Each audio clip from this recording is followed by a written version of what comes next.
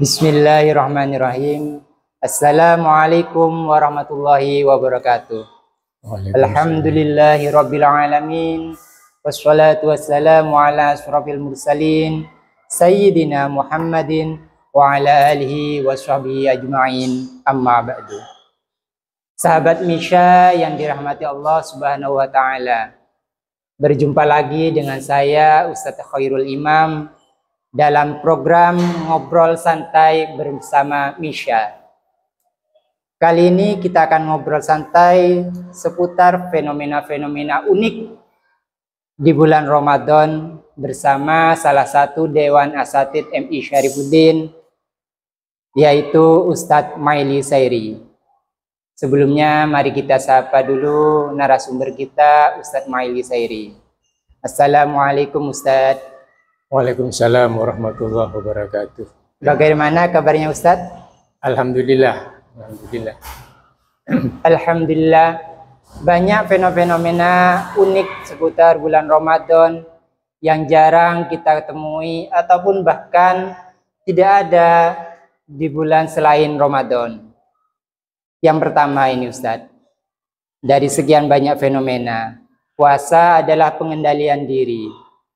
Bagaimana tanggapan Ustadz mengenai fenomena yang terjadi di tengah-tengah kaum muslimin yang menyediakan banyak jenis makanan untuk berbuka puasa ataupun sahur? Monggo Ustadz. Terima kasih Pak Khairul Imam. Mengenai fenomena yang bisa kita rasakan banyak terjadi di tengah-tengah masyarakat.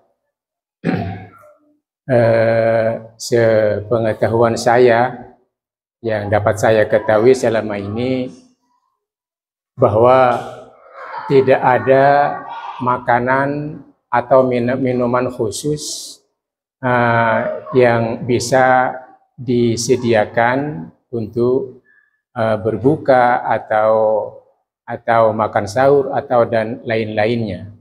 Artinya tidak ada masakan gitu. Tidak ada masakan khusus yang dianjurkan di dalam kita berbuka atau santap sahur. Ya kecuali daripada itu di dalam kita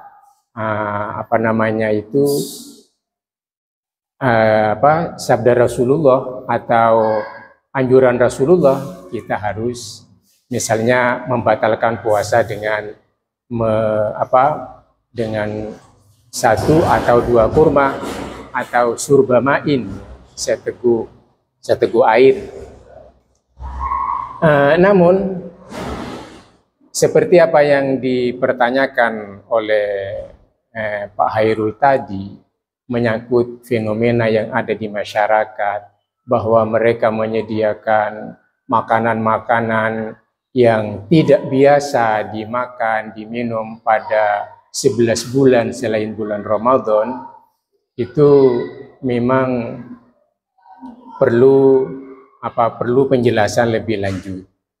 Jadi biasanya tidak makan es, tapi di bulan Ramadan minum es yang menurut kebiasaan dianggap terlalu banyak. Kemudian masakan yang bermacam-macam. Ya. Hari pertama masakannya ini, hari kedua masakannya ini. Nah, hal itu perlu kita pertanyakan dan perlu kita jelaskan kepada masyarakat. Misalnya begini, memang ada di masyarakat itu Pak Khairul, orang katanya itu apa istilahnya itu, berbuka balas dendam gitu. Ya, itu Ustadz yang banyak terjadi. Dendam. Jadi saya 11 bulan bekerja, kemudian untuk apa uang ini semua kalau tidak dimanfaatkan di bulan Ramadan ini. Jadi makan yang enak, macam-macam, ganti-ganti makanan. Lah ini menurut saya pernah membaca ya. Saya pernah membaca bukunya Profesor Dr. TM Hasbi As-Siddiqi, bahwa menurut beliau memang banyak di tengah-tengah masyarakat itu kita bersikap rakus. Dalam arti mereka menyediakan banyak makanan-makanan yang jauh berbeda dengan di bulan Ramadan. Lalu mereka makan yang enak-enak, makan yang sepuas-puasnya. Lah ini kata beliau, kalau berbuka puasa atau makan di bulan Ramadan dengan makanan yang seperti itu, maka nantinya bagaimana puasa kita itu Ramadan ini bisa menyembelih sikap rakus kita. Bagaimana bulan Ramadan bisa dapat memotong syahwat. Padahal tujuan daripada puasa itu sendiri, sebagaimana banyak ulama menerangkan, adalah untuk pengendalian diri. Jadi pengendalian diri tidak hanya semata-mata umpamanya siang hari kita tidak menggunjing, tidak adu domba, tidak hanya sebatas itu. Termasuk sekarang pola makan kita. Jadi kalau makan di bulan Ramadan ini dengan bermewah-mewahan, maka nanti sulit untuk mendapatkan kesetiakawanan, mendapatkan kepekaan sosial. Bagaimana hati kita ini menjadi peka melihat kondisi orang-orang yang fakir dan miskin.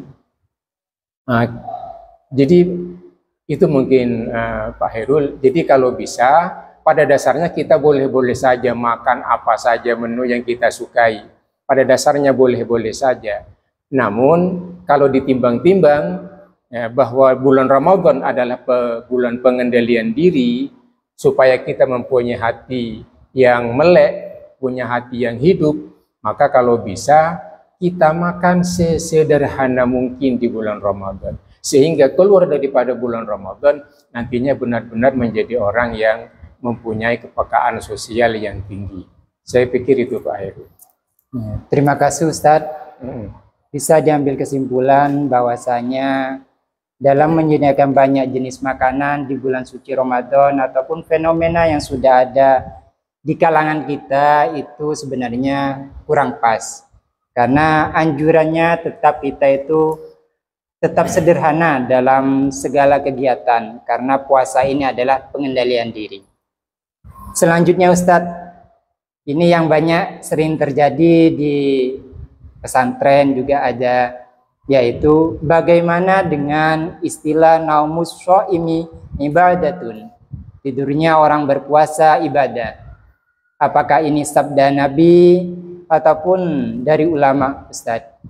Karena banyak ini dijadikan dalil, ya termasuk para santri, mereka tidur, oh saya ini ibadah. Bagaimana Ustadz? Silakan. Terima kasih Ustadz. Naumus shaim ibadatun itu kalau dilihat dari segi hadis, sepengetahuan saya itu adalah insya Allah masuk kategori hadis dhaif, hadis dhaif. Namun kalau diterapkan dalam kehidupan sehari-hari, ya ini tergantung bagaimana kita bisa menyikapinya. Bisa itu baik, bisa juga tidak. Namun sekarang yang terjadi bahwa tidurnya orang yang berpuasa itu adalah ibadah. Nah, ini kalau tidak dijelaskan ke masyarakat, nanti ini berpotensi kepada mereka salah tafsir, kemudian puasa dijadikan alasan untuk bermalas-malasan gitu. Iya, bermalas-malasan, tidak bekerja, ya, kemudian istirahat dari belajar dan lain-lainnya. Sebenarnya kalau kita mengikuti daripada para ulama, bahwa sah-sah saja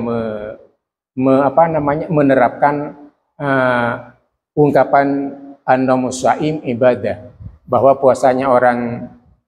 tidurnya orang yang berpuasa itu adalah suatu ibadah. Dalam arti ibadah ketimbang umpamanya keluar rumah kemudian melihat hal-hal yang diharamkan, kemudian menggunjing orang, bermain, keluyuran. Nah, ketimbang keluyuran, ya lebih baik tidur. Maka bisa saja dengan cara demikian, tidur itu adalah ibadah.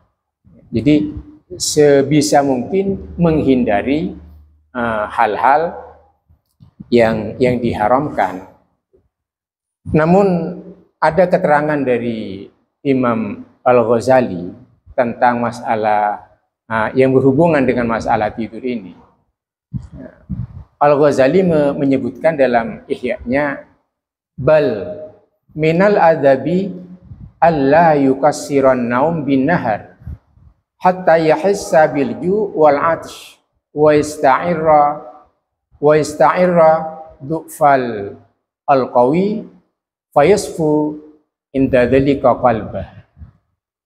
Ini kata Al-Ghazali di dalam kitab Ihya-nya. Salah satu tata krama, termasuk tata krama di dalam kita beribadah, adalah tidak memperbanyak tidur pada siang harinya. Jadi tidak tidur.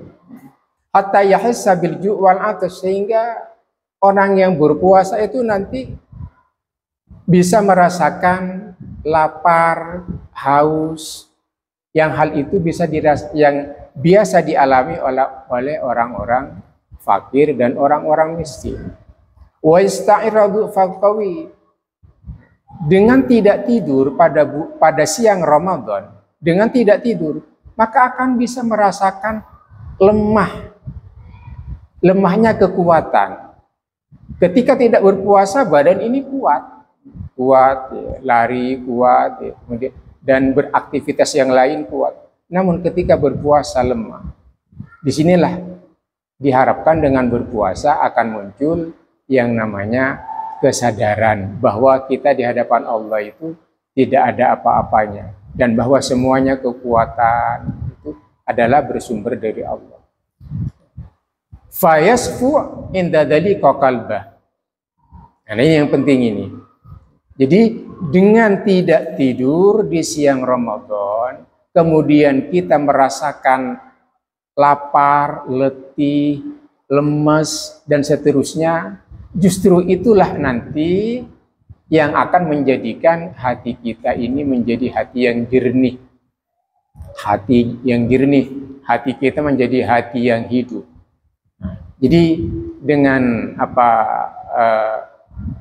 pendapat atau anjuran daripada Imam Al-Ghazali ini sangat baik sekali.